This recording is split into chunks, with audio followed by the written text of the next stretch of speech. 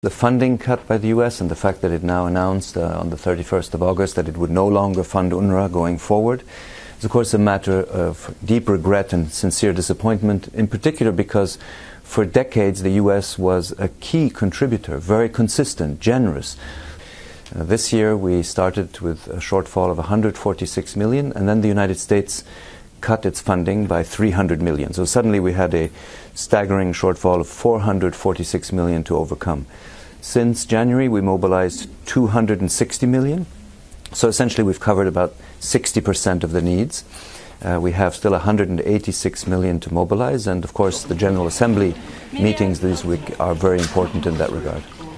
As a step, it's also a symbol, and it's hopefully a last push to be able to close the shortfall before the end of the year. You know, it makes the difference between keeping the schools open or having to close them, keeping the clinics open or having to close them, and that makes a very big difference for people in the region. And I also always see, when I see the courage of our students, you know, imagine that the highest performing student throughout the entire Syria was last year a young Palestinian refugee girl, Aya Abbas, a 9th grader who was born in the camp in Yarmouk, which is now totally destroyed. She had to flee at a young age, and she was the highest performing student last year. That just tells you something about the courage and determination of these students. I just can't imagine going back to them and say, we've failed to mobilize enough money to keep your schools open.